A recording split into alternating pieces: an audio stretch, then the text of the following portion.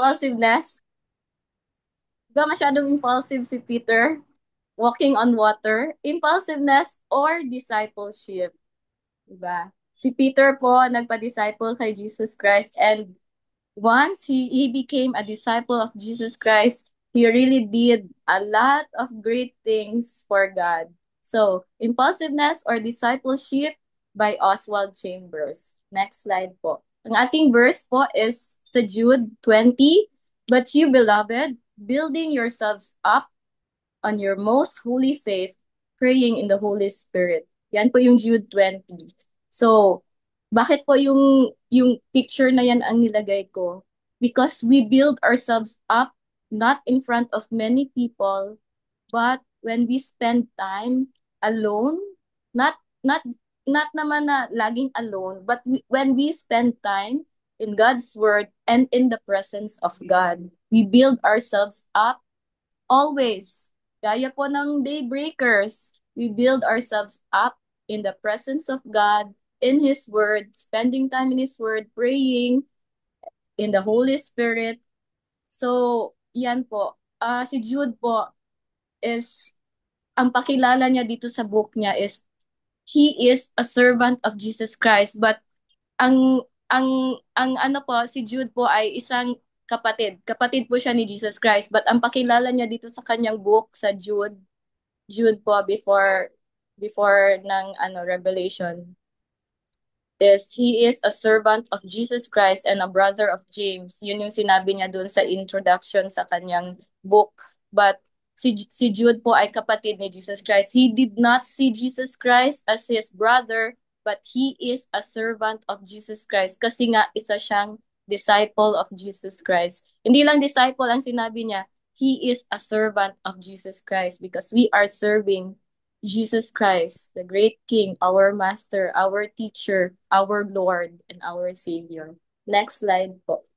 Impulsiveness. Ano po yung pagiging impulsive sa pagiging disciple? There was nothing of the nature of impulsive or thoughtless action about our Lord. There was nothing of the nature of impulsive or thoughtless action about our Lord, but only a calm strength that never got into a panic. Si Jesus Christ lagi talagang kalmado, no? Hindi mo siya nakikitang masyadong impulsive. Pag may problema, kalmado. Kasi nga, nakapag-pray and fasting, nakapag-spend time, nakabuild siya in the presence of God, na build na niya ang sarili niya. Hindi na siya takot. Hindi siya takot na takutin siya ng demon. Hindi kagaya ng disciples nung tinakot, tumakbo agad, 'di ba? Kasi wala nang fasting nung kinakas out nila yung demon sa isang tao. Hindi nila makas out kasi nga sabi ni Jesus Christ, kulang kayo ng fasting. This would come out only in prayer and fasting. So, si Jesus Christ, yung may storm, kalmado lang. Pero yung mga disciples, takot na takot, di ba? So, hindi dapat daw ganon. There was nothing of the nature of impulsive or thoughtless action about our Lord, but a calm strength that never got into a panic. Most of us develop our Christianity along the lines of our own nature, not along the lines of God's nature. So lagi dapat tayong nag-aabide kay God. In God's nature, always, we develop our Christianity, our life, being a Christian, being a disciple of Jesus Christ, in the line of God's nature. Hindi po sa own nature natin. Hindi yun doon sa song na kinanta natin kanina. Christ in me is to live. We must live Jesus Christ in our lives na makikita nila si Jesus Christ sa buhay natin. Hindi si Cheryl ang makikita nila. Like kung si Cheryl ang makikita nila, I would fail people. No, I would fail people. To die, mamatay na dapat yung gusto ko. Mamatay na dapat ang gusto ko para po maging gain ito para sa Panginoon. It's heaven's gain. Sinasabi nilang it's heaven's gain. All for the glory of God. So, hindi po yung nature natin, but along God's nature. Next slide po. Impulsiveness. Ano po yung impulsiveness? Sinabi po ni Oswald Chambers. Yan. Yung sa taas po, Ate Finet. Tama ba yan? Yung sa taas po. Sorry. Ay, wait Sige lang po. po. Ay, naku. Balik na lang po. Sorry. Okay lang. Sorry, What sorry. if? Okay lang po. Wait lang. End slide natin. Hindi ko nakikita yung aking... Wait lang po. So, saan tayo? Yun, sa ano po. Third ba? Dito ba? Yan na po. Tama. Ayan. Impulsiveness is a trait of the natural life. And our Lord always ignores it. Pag impulsive ang isang tao, hindi natataranta si God. Always niya ito ini-ignore.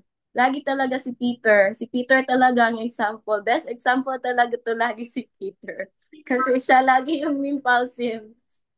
Because it hinders the development of the life of a disciple. And si Peter naman din talaga yung great example ng 180 degrees na naging disciple ni Jesus Christ. From being a impulsive person to being a great disciple of Jesus Christ. Kaya nga binigay sa kanya yung key and sa kanya, 'di ba, sinabi ni Jesus Christ, "You're the rock." 'Di ba, sabi niya. Watch how the Spirit of God gives a sense of restraint to impulsiveness, suddenly bringing us a feeling of self-conscious foolishness. 'Di ba? Pag impulsive ka, kunyari, ako talaga, mahilig talaga ako sa sale. Impulsive buyer. No, pag impulsive buyer ka, pag nabili mo na yung sale na hindi mo naman kailangan, pagdating mo ng bahay, ay nako, ba't ko to binili? Puno na po ang gamit ko dun sa bahay, dinagdagan ko pa. Sabi nga ng asawa ko, dalawa lang yung paa mo, bakit ang dami mong bilihin mga sapatos o ano? Diba? Dalawa lang paa mo. Bakit sabay-sabay mo ba yan suotin? O, yan lagi yung sinasabi ng asawa ko sa akin. Dahil impulsive. Magiging self-conscious foolishness. Mariremind ka, ano ba to? Ba't ginawa ko to? Ba't nabili ko? Kaya ginagawa ko, pagpapasok ako ng ano, pagpapasok po ako ng mall, niiwan ko na po talaga yung wallet ko. Dadalhin ko lang talaga kung magkano yung need ko na money at yung credit card, iwan na po sa sasakyan. Hindi ko na po anuhin. Doon na yun siya sa parking space kasi ano, masyadong ano yung sale. I have to be trained to become a disciple of Jesus when it comes to that. Now, which makes us instantly want to vindicate ourselves. Lagi talaga pag may mali tayo dahil impulsive tayo, lagi nating defense mechanism na hindi, dahil sa kanya yon. To kasing SM, nag-sale eh. O, di ba? Vindicate agad natin ang sarili natin. Kasi may sale doon. O, yung SM pa ating ano. Iba lagi ang ano. We always wanted to vindicate ourselves. It's human nature na defense mechanism po 'yan. Impulsiveness is all right in a child, sabi ni Oswald Chambers, but is disastrous in a man or woman. No, woman na po tayo at man. Hindi na pa dapat tayo maging impulsive. Dapat may self-control na po. Dapat nakikita na yung fruits of the Holy Spirit sa atin at malaking-malaki yung self-control. Dapat sa atin. Thank you, Lord, for gentleness Amen. and patience and self-control and all the love in the world and peace and joy. Yun po. An impulsive adult is always a spoiled person. O, di ba? Pag impulsive adult ka na, spoiled ang tawag sa iyo. We do not want to be called a spoiled person dahil hindi po yun nakaka-bless. Pag sinabing spoiled ka, hindi po nakaka-bless yon at tinawag kang disciple ni Jesus Christ, but you are a spoiled person. Konting hurt lang sa'yo, ay, kaaway mo na yung church member, napagsabihan ka lang, ayaw mo na magsimba. Oh, guilty po ako niya noon. Hindi na po ako magsisimba dahil, 'di ba, may nakaaway sa church council. Ayaw yung iyong suggestion, kalaban mo na yung nag-ano. Hindi ba pwedeng mayroon lang ibang mas better na idea kaysa sa iyo? 'Di ba? We always meet because gusto natin ng maraming ideas at yung idea na against sa iba ka mas better yon. Hindi mo siya kalaban. But it is an improvement on your idea. Kaya po may mga ideas binibigay yung mga council members. Hindi po natin sila kalaban. Hindi tayo spoiled person. Impulsiveness needs to be trained into intuition through discipline. So, kailangan po may discipline. Kagaya ni Jesus Christ, kailangan may disiplina. Very early in the morning, kahit pagod na pagod mag-ministry si Jesus Christ, very early in the morning, He would really spend time in prayer. He would really pray and fast, no? May fasting tayo na nakita ko sa sa prayer ministries. We would pray and fast, and then we would do ministry. We would not ah hindi natin ipatatagal yung mga bagay na negative sa buhay natin. And Jesus Christ really forgive agad-agad. Hindi niya pinatatagal pag binato siya ng forgive agad. Ako minsan hindi, pero we have to be disciplined. Next, discipleship. Next po. Next slide po, Ate Sine. Lolo. Yun. So ngayon, ano po ang discipleship? Yun ang impulsiveness. Ano po ang discipleship? Discipleship is built entirely on the supernatural grace of God. Without God, without the grace of God, kahit anong bait natin, pag wala po si God at wala ang Panginoon, we would never become a disciple. It's the supernatural grace of God. That's discipleship. Pag andyan po si Lord sa buhay mo, at sinusunod mo siya, at andyan yung grace ni God, andyan ang Holy Spirit, that's discipleship. Walking on water is easy to someone with impulsive boldness. Kagaya kay Peter, 'di ba? Nakita niya, oy, umakad si Jesus Christ, 'di ba? Kaibigan ko ito, kaya ko din ito. Ganon siya ka-impulsive. Hindi niya alam. Wala siyang faith, 'di ba? Walking on water is easy to someone with impulsive boldness. Gustong magpasikat. Yun po ang term. Jollibee, bida-bida. Hindi po.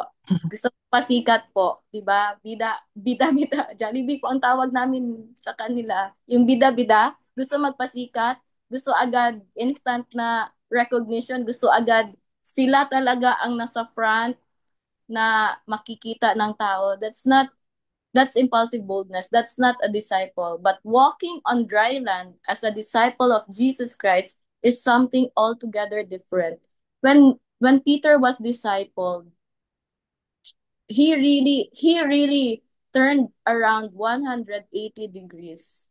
Grabe po ang ginawa ni Peter when he walked with Jesus Christ, when he obeyed, when Jesus Christ said, "Feed my sheep," when Jesus Christ said, "Upon this rock I will build my church." When Jesus Christ, inihabilin ni Jesus Christ kay Peter ang mga kasamahan niya.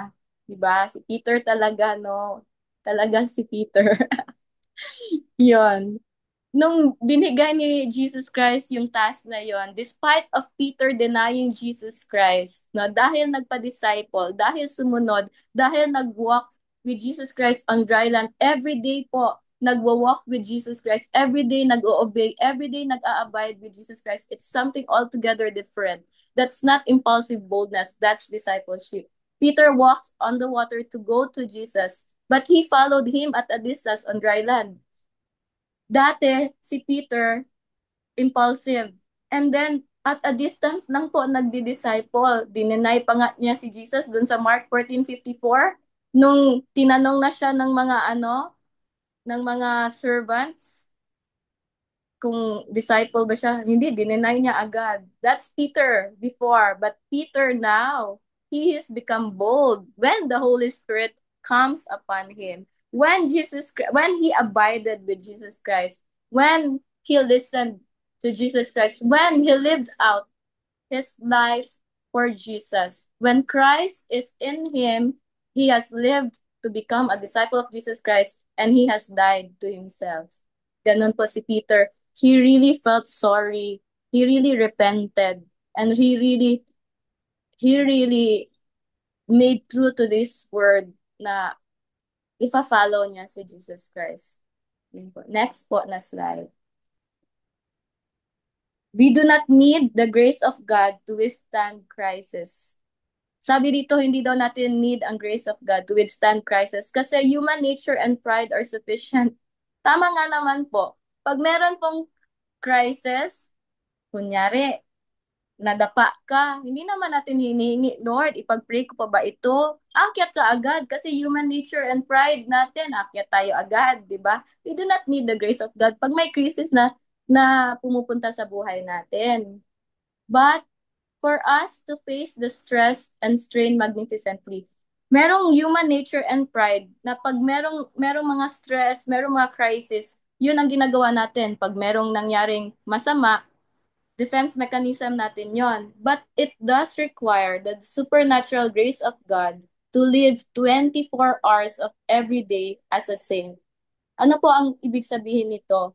Yung grasya po ng Panginoon, kailangan po natin every day, 24 hours, to live in accordance to the word. Kaya po may scriptural holiness ang Global Methodist Church or what we are doing when we are obeying God. Kailangan po natin ng supernatural grace of God na lagi nating sundin ang kagustuhan ng Panginoon sa buhay natin. Na hindi po yung human nature or yung pride natin ang masusunod, but it's God as a saint, as a disciple of Jesus Christ, going through drudgery and living an ordinary, unnoticed, and ignored existence as a disciple of Jesus. Hindi bida-bida. Nakikilala na lang nilang nandyan si Jesus sa buhay mo. You are living an ordinary life. When they see Jesus in you, when Christ is in me, and to die is to gain. Christ in me is to live. Living in accordance to what Jesus Christ wants me to do. And dying to myself, it's a gain. Now, Christ in me is to live, and to die is to gain. Next po, na ano. So, to end po, it is ingrained in us that we have to do exceptional things for God, but we do not. No? Lagi talagang pag bago tayo kay Lord, we wanted to do exceptional things for God. Ang dami nating promises kay God. Lord, ganito, pupunta ako ng pupunta ako ng sa Muslim na countries, pupunta po ako doon para i-share po kayo. Yung bago tayo kay Lord, masyado tayong in love kay God.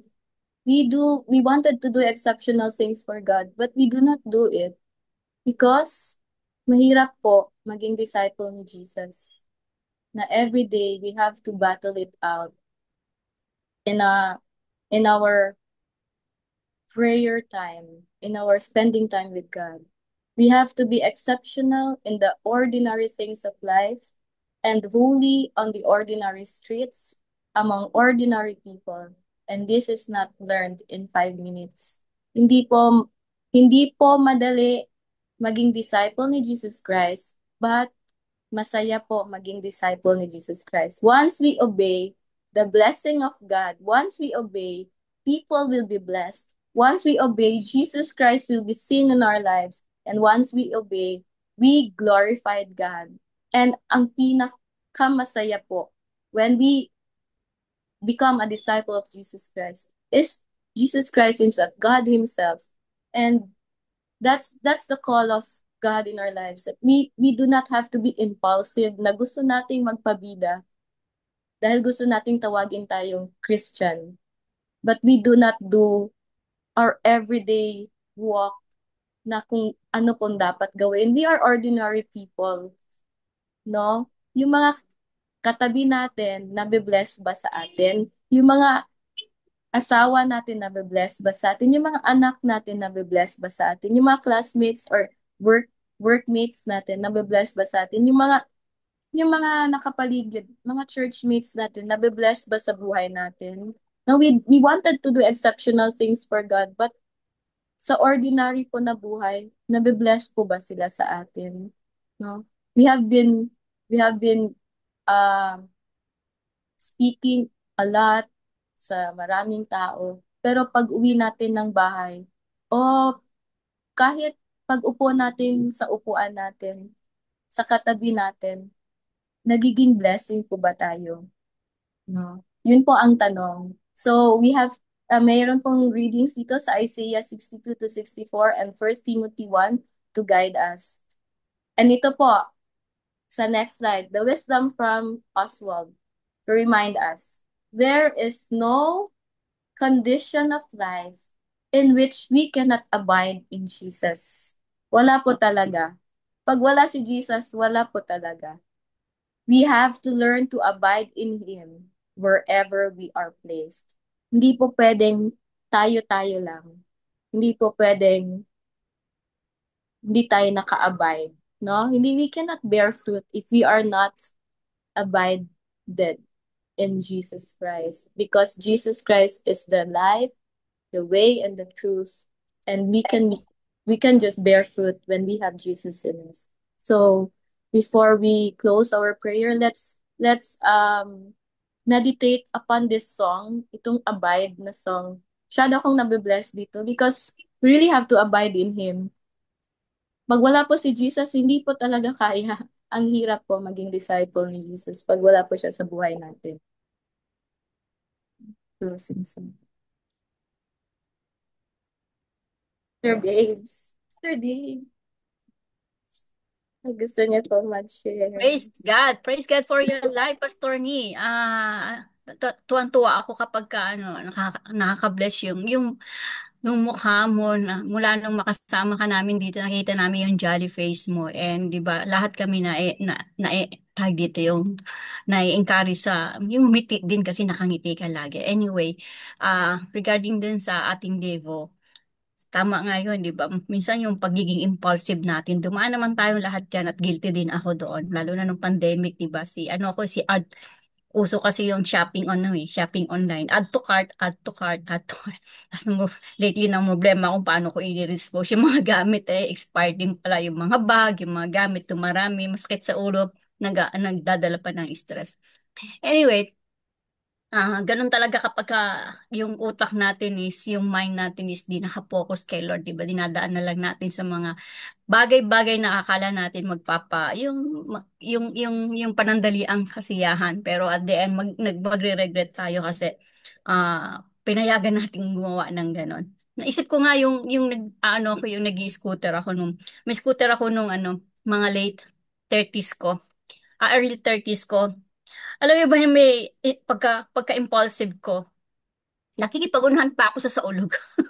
Sa saulog pa mismo, ang tapang ng loob, ang tapang ko talaga, no? Makalakasan pa ng loob na. Na-imagine ko, naisip ko kanina, paano pala kung yung time na yun, hindi ako iniingatan ni Lord, tapos nasa sigsag pa ako.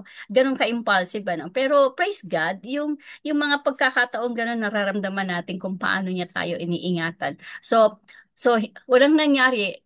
Hindi ko na uulitin kasi alam ko, pag ginawa ko pa yun, baka yung kalaban na ang kumilos sa buhay ko. So, maganda nga yung nare-refresh tayo at napaaalalahanan tayo yung mga ganitong pagkakataon. Kasi nga, walang maidudulot yung gusto nating gumawa. Yun, china-challenge natin yung sarili natin without knowing na dapat pinibigay natin lahat kay Lord. Dapat dumidepende muna tayo kay Lord. Dapat humihingi muna tayo sa Kanya ng Lord, kina-counsel muna natin sa kanya, Lord, dapat ko bang gawin to or gano'n? Hindi, that was our life before, or I'm speaking in general, mostly on my side.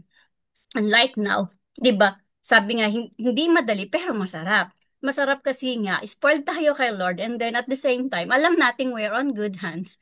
And alam natin na lagi siyang nasa atin at hindi mali yung ginagawa natin dahil alam natin may guidance tayo ng Holy Spirit. So praise be to God. Thank you, Pastor Ni. Sir Babes. Meron pa po. Last po. Baka hindi makatulog mamaya kasi hindi nag-share. Sir Edmar, we wanted to hear golden voice. Sige po. Ayan po. Hello po. Good afternoon po. Tumatak po sa akin yung gaya nga po ng sinabi po ninyo tsaka ng Ate Babes ay talagang naging very impulsive po talaga ako. Kumbaga sa atin sa salitang balbal bara-bara expert ura-urada na lang kung magdesisyon. I was once like that before, but I thank the Lord because naunawaan ko po yung tinatawag na conviction from the Holy Spirit that the Holy Spirit leads us to the perfect will of the Father. Yun nga po tumatak sa akin yung wisdom from Oswald that there is no condition of life in which we cannot abide in Jesus. na kahit ano pong pagpipilit natin doon sa mga bagay na kagustuhan natin o sa palagay po nating tama, kung hindi po talaga nakaayon sa kalooban ng Diyos at hindi po natin susundin yung perfect will ni God, ay alam niyo po yun, nababaliwala po talaga eh. Kaya I always at will always be saying yung ginagawa sa akin ng Panginoon na nung nag-decide ako kahit matagal ko pong tinatakbuhan ang calling. Kahit may mga pagkakataon na papunta na doon pero biglang lilipat ng church. Sorry po. At may mga eksenang kakaiba.